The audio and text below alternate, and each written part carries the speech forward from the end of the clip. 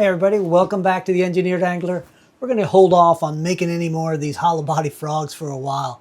I went ahead and took the rotocasting machine and hung it up out of the way so we can move on to making some lures. And if you're hearing a background noise, that's the area heater that I've got on because it is chilly today. About 31 degrees this morning and it's still in the 50s in here. And if this is your first time to the channel, my name's Franco. I'm a professional engineer, a lure designer and lure maker, and an avid fisherman. And I make these videos to share some of the tricks and techniques for lure design and lure making, and to add just a little bit of engineering and physics to the art of lure making. Now, I said that we get back to traditional lure making in this video, and we kinda are. We're gonna do some experimentation because I was thinking about crankbaits and the shapes of crankbait lips and the preference for lures that don't just crank nice and straight, that actually have a little bit of a deviation in their path as they're being cranked. Those lures are said to hunt. That's what folks call it, hunting, when they sort of dart back and forth erratically. And that motion really is desirable because it tends to elicit more strikes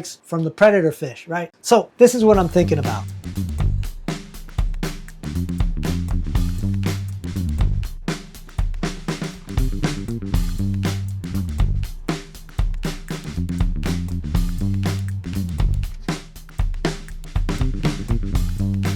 So this is a front end of what I consider to be a typical crankbait with the dive bib or dive lip or dive bill, whatever you guys want to call it.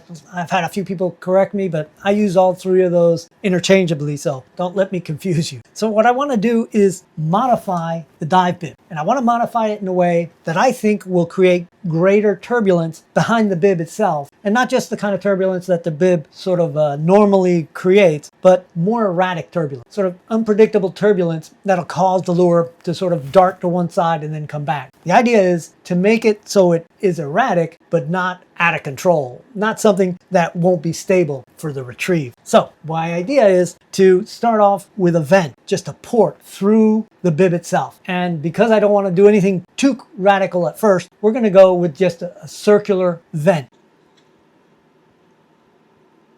Now, how big that vent actually has to be to create the erratic action, I don't know. In fact, I'm not really sure it's going to create much of an action change at all. In fact, I'm a little bit surprised. I haven't seen this done before. I'm really doubtful that I'm the first one to think of this. So if you guys have already tried this experiment, let me know. I would love to have a conversation about it in the comments. So I want to have a little bit of a control of how I do this. So I'm going to have 4 lures.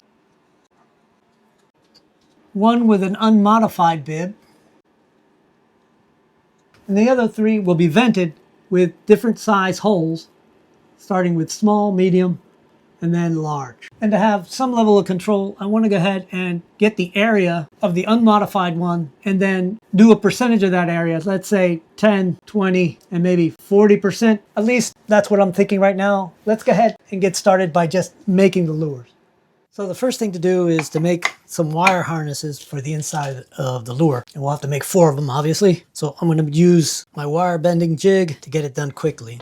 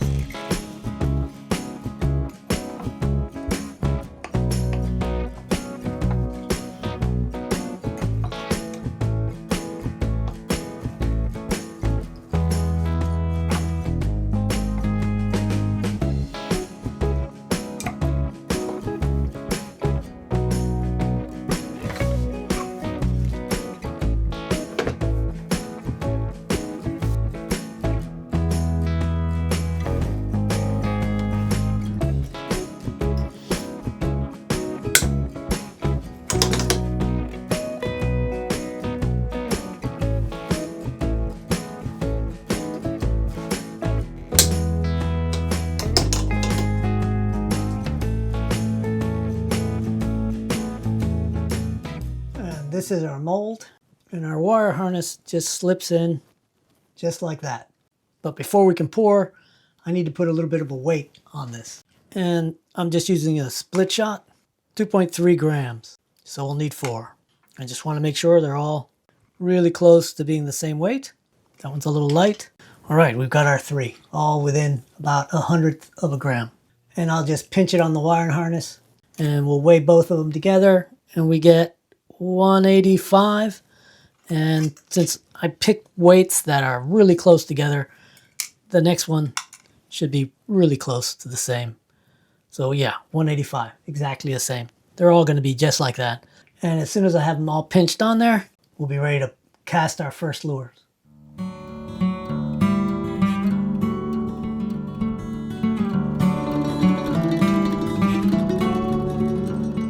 So this mold is designed to accept the bib or the dive lip right into that slot and be able to pour the lure around it.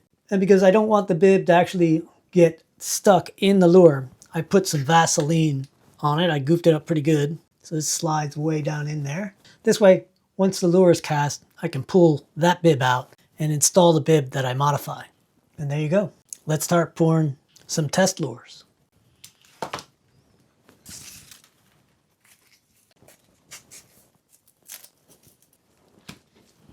So I'm using Specialty Resins Model Pro. This stuff comes out white. And for this lure, I need about 7 grams of part A and 7 grams of part B, plus the micro balloons.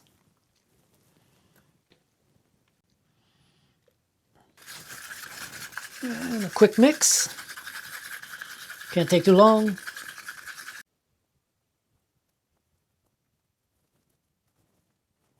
Now it should take about 20 minutes for it to be ready to be demolded. And then we can do the next 3. All right, I think it's been long enough. I hope it's been long enough. Kind of hard to tell. It does change with temperature, so it's a little bit cool in here. Hopefully it's ready to come out. Looks pretty good. And most of this ugly stuff you're seeing is just vents. A little bit of flash, but not much. And we'll cut off the sprue mushroom. And hopefully the bib comes out. No problem. All right, and it's just a matter of cleaning these up. But before I do that, I'm going to go ahead and pour the next 3.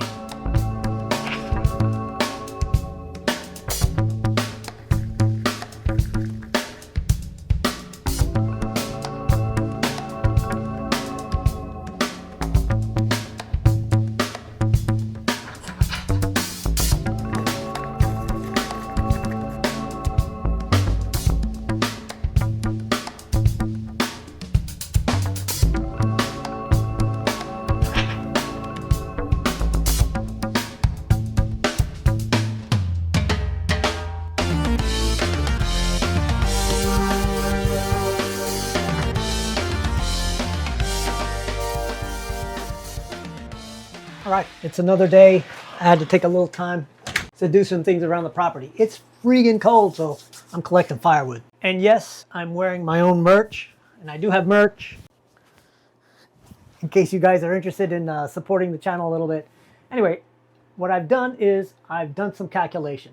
I've gone ahead and worked out some numbers here for the area of the bib we're going to use. My initial idea of doing like 10, 20, and 40% was a little too aggressive. So we're going with 5, 10, and 20% of the area to drill out for that port. So that means we're going to have a 5.5 millimeter bit, a 7.5 millimeter bit, and I had to go to imperial measurements for the last one, which is 27/64, which would be around 10.7 millimeters if I had a bit. And here's what those drill bit sizes look like. I've placed all 3 of the bibs in my vise right here. And I'm not sure you'll be able to see the little mark I made in there. It's exactly in the center and about 3/8 of an inch from the very bottom. That's going to be the center of all the drilled holes. So what I'm going to do now is just drill a tiny pilot hole through all 3 of them. They're stacked.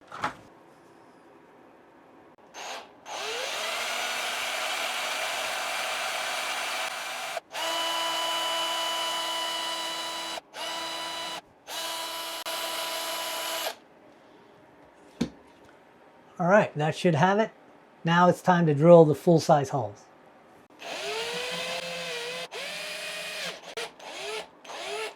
All right, that's the first one.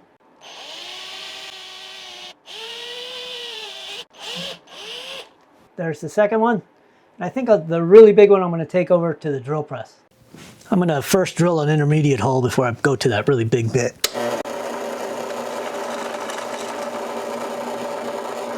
Hopefully I can hold on to this thing.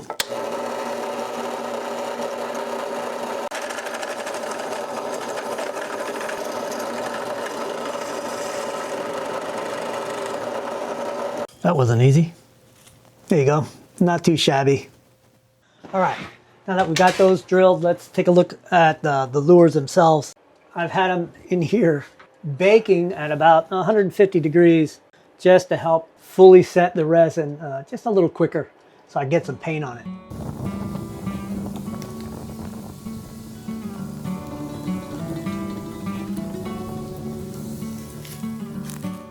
All right, it's time to paint. I'm gonna put really simple patterns on these things. I do intend to try to fish with them someday, but for right now, I just wanna be able to tell them apart in the water. So I'm gonna do a red, a green, a blue, and a yellow. And it'll just be scale patterns, a little black on the top, and of course, eyes. All right, red first.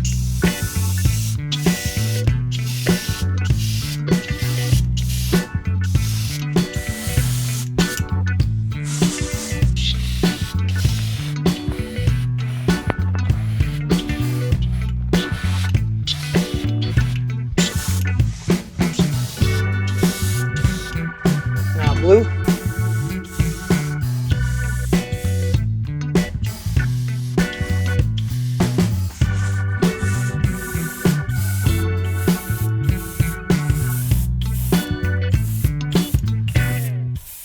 And now green.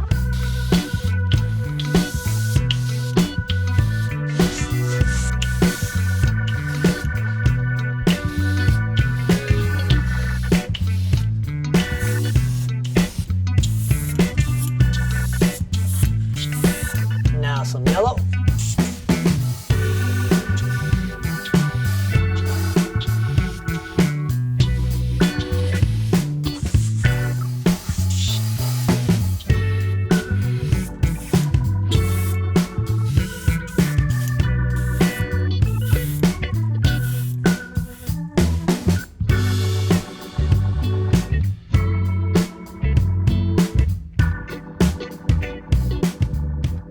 All right, now I'm just gonna put a black stripe down the top, maybe a little bit of black around the eye, and then I'll put a little bit of like orange on the bottom, and I'll do that to all of them.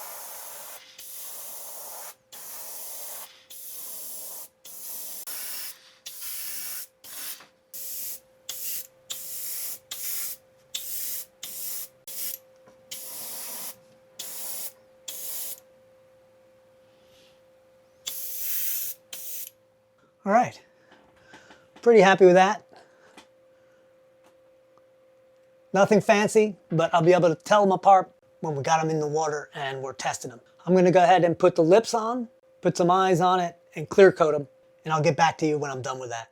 I did put a couple of coats of Minwax polyacrylic just to prep it for the clear coat. Then I brushed on a good thick coat of UV Cure epoxy. Now I just need to turn the lights on, close up the chamber, and let it cure. All right, won't be long now. We'll be able to take these guys out to the lake and see what they look like underwater.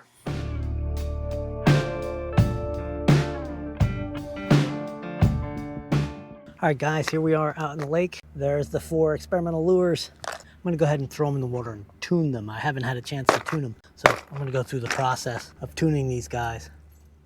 We'll start with the blue one, the one with the unmodified bib. Pull into the right. A quick adjustment.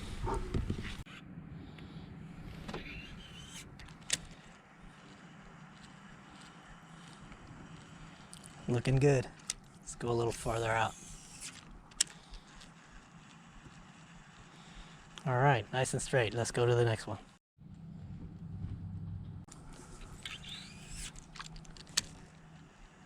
Whew, weight off to the right.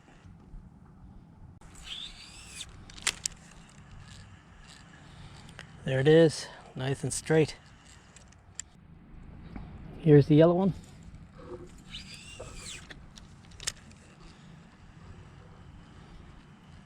Right on the money. Here's the red one. After a little tweak, right on the money, nice and straight. Alright, let's get started with the underwater shots. We'll start off with the blue one, the one with the unmodified bib. And you can see it's as stable as you would expect it. And as I pick up a little bit of speed here at the beginning, you can see it just stay really remarkably well centered in the frame. Remember, the camera is fixed. Any little bit of movement in the frame is due to the actual lure. You can see how stable this thing is. Really nice and stable. Now the next one is the one with the smallest hole. It's the yellow one. And I thought this was going to have very little additional action. But if you keep a close eye on it, at first it's just hanging in the middle of the frame. And then you'll notice, boom, it goes to the right, and then to the left, and then to the right again, and then to the left. And big hard movements, long distances traveled like from center. Pretty amazing. I was surprised to see this. But it does stabilize again and sits straight for a long time before it jerks again. It's mostly stable, but has some pretty good movement. Alright, let's move on to the second one, the green one. This has the middle size hole. And as you can see, it looks kind of stable at the beginning, but if you take a close look, it's moving a lot. It's just moving in very small increments. Instead of going inches to the left or right, it's going just millimeters. You can see it dart back and forth all the way across the screen, but it doesn't linger in those big movements to the left and right. It comes back to center pretty quickly and then darts left and right again. Pretty cool action. I'm gonna say this is the best one. Wow, that felt really different at the end of the line. I was feeling the lure like you normally feel, like that rod tip thump that you get from a crankbait, but then it would kind of go semi-limp. I could still feel it, but then it would catch and start thumping again, and then it would go limp and then catch. It was weird because it looked like it was staying behind the camera pretty good, but it was definitely doing something. Now with seeing the green one move, this red one, the one with the biggest hole, I thought was going to have some really interesting action. And what a surprise. Look at this. It is the most stable of all of them. It's just sitting there in the middle of the frame, perfectly stable. It never jiggles around at all. It might have a small movement here and there, but mostly it's perfectly stable and it runs perfectly straight. The hole didn't seem to change anything with this lure. So just for comparison, here's the blue one and the green one side by side. The one on the right, the green one, you can really see dart back and forth in the frame. And the one with the unmodified bib just kind of hangs there.